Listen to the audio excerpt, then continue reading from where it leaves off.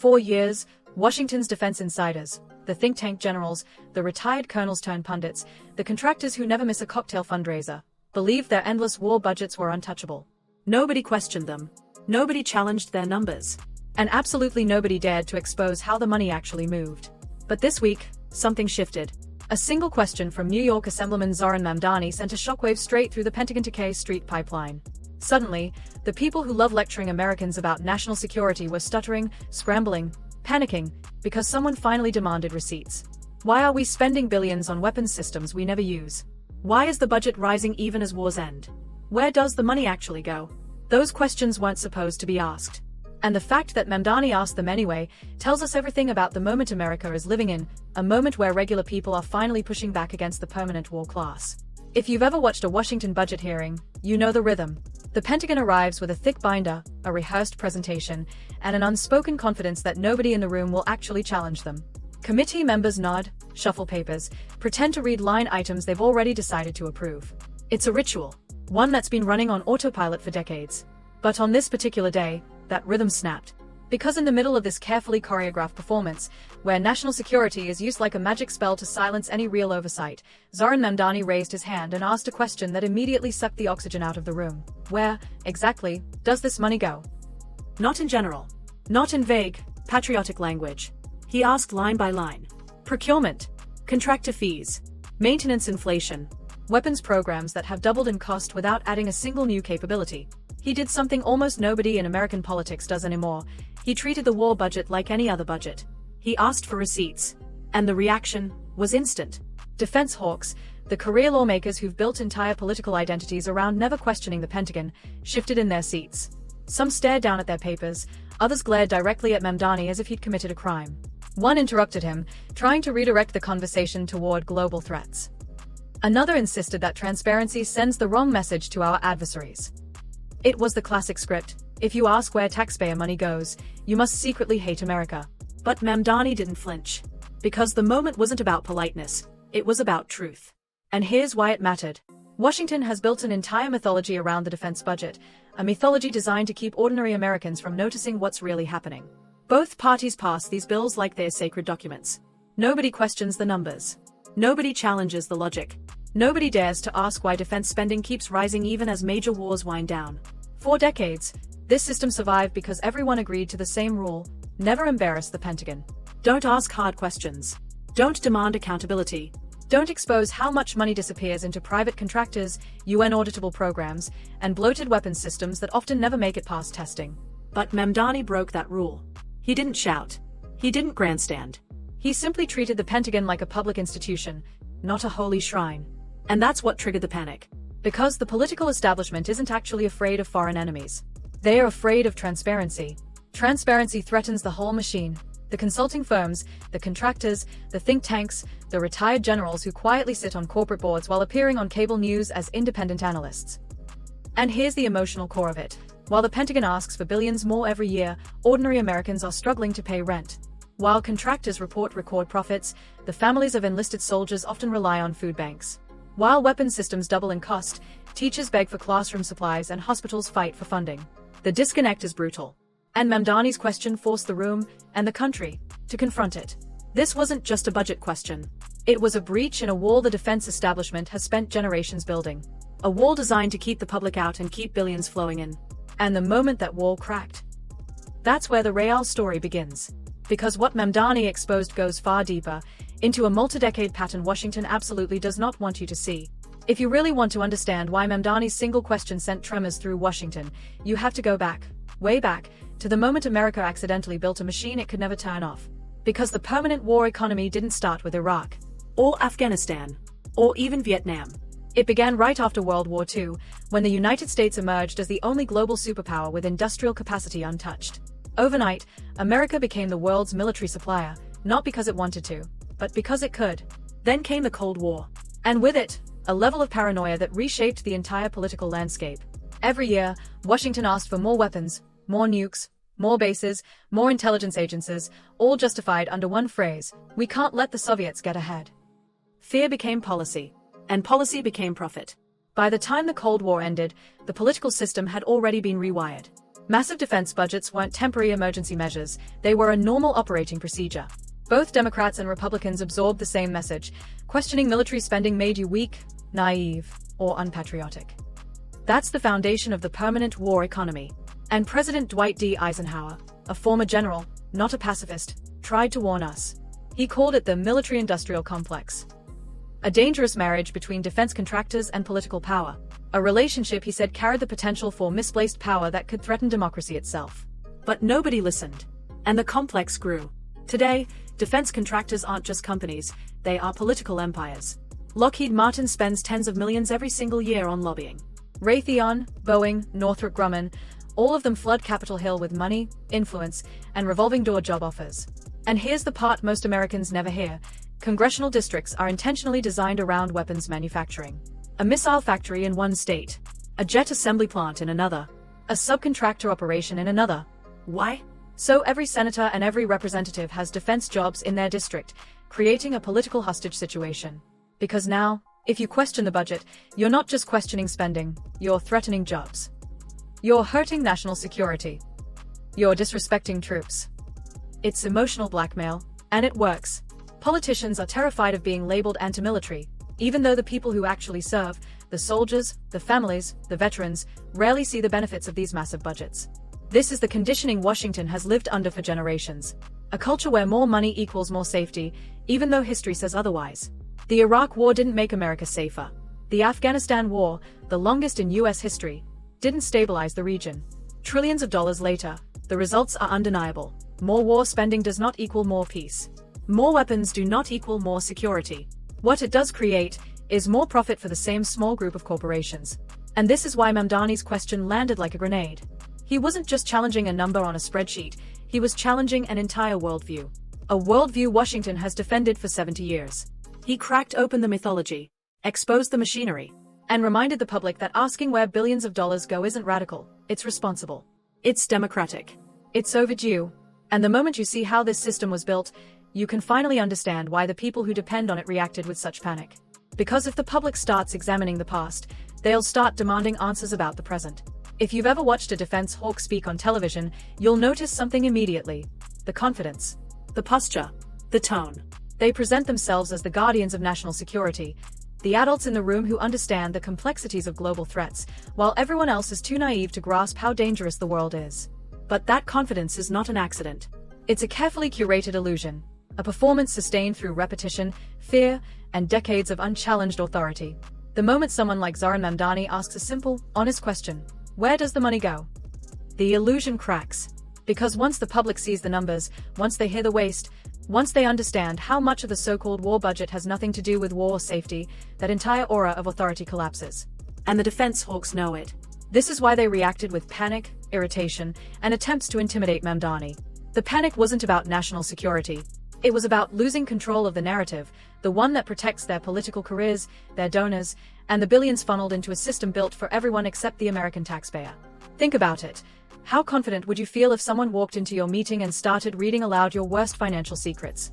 This is exactly what happens when transparency enters the room. Public scrutiny forces accountability, and accountability exposes motives. We've seen the consequences before. Remember the Pentagon's $1,280 coffee cups? Not gold-plated. Not high-tech. Just ordinary cups purchased at a price higher than some people's rent. Or the $7,622 spare aircraft parts, simple components that suddenly cost as much as a used car. And then there's the infamous announcement by Donald Rumsfeld on September 10, 2001, when he admitted the Pentagon could not track $2.3 trillion in transactions. Not million. Not billion. Trillion. Money that simply evaporated into accounting black holes. Every time these scandals surface, public trust drops. Support for endless war budget shrinks. And the hawks lose the power they guard so aggressively. This is the heart of the psychological trigger. Washington can tolerate policy debates. They can tolerate criticism of strategies. What they cannot tolerate is a challenge to the belief that more money automatically equals more safety. Because once Americans start asking the same question Mamdani asked, why do we give them so much money? And what do we get in return? The entire structure begins to wobble. Taxpayers look around and see their own lives. Schools fighting for basic supplies. Families struggling with medical bills. Cities that can't repair roads or provide affordable housing. Local budgets squeezed until they break. And then they see the defense budget, rising every year, no matter what. No cuts. No scrutiny. No accountability. It doesn't take a political analyst to understand why this feels offensive, even immoral. The defense hawks aren't panicking because they fear foreign enemies. They are panicking because they fear a narrative shift, a moment when Americans stop accepting endless military spending as the default position of a serious country. Populists understand something elites forget: when people start questioning power, they don't stop. They ask harder questions. They pull on threads. And eventually, the story unravels. That's what Mamdani triggered, not a debate, but a threat to a worldview. And the panic isn't philosophical. It's financial.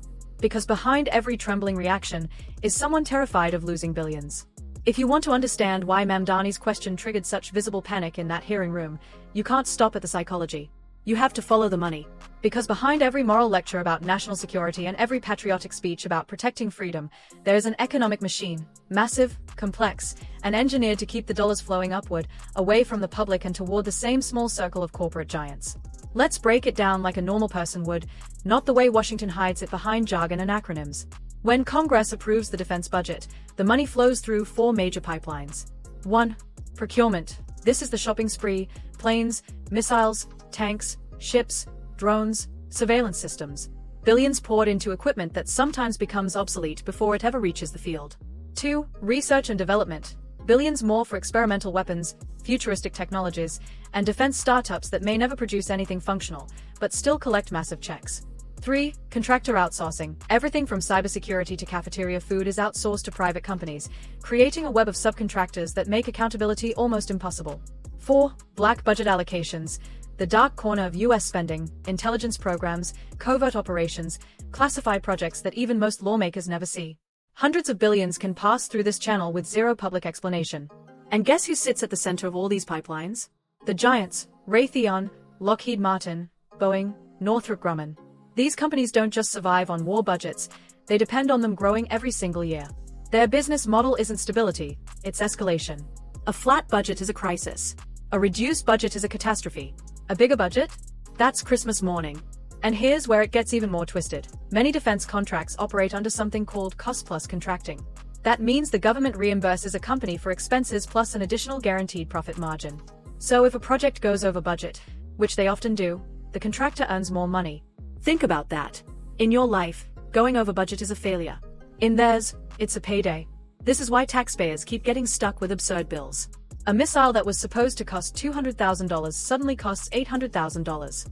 A fighter jet program balloons from $200 billion to over $1.7 trillion, as we've seen with the F-35, and yet still delivers performance problems.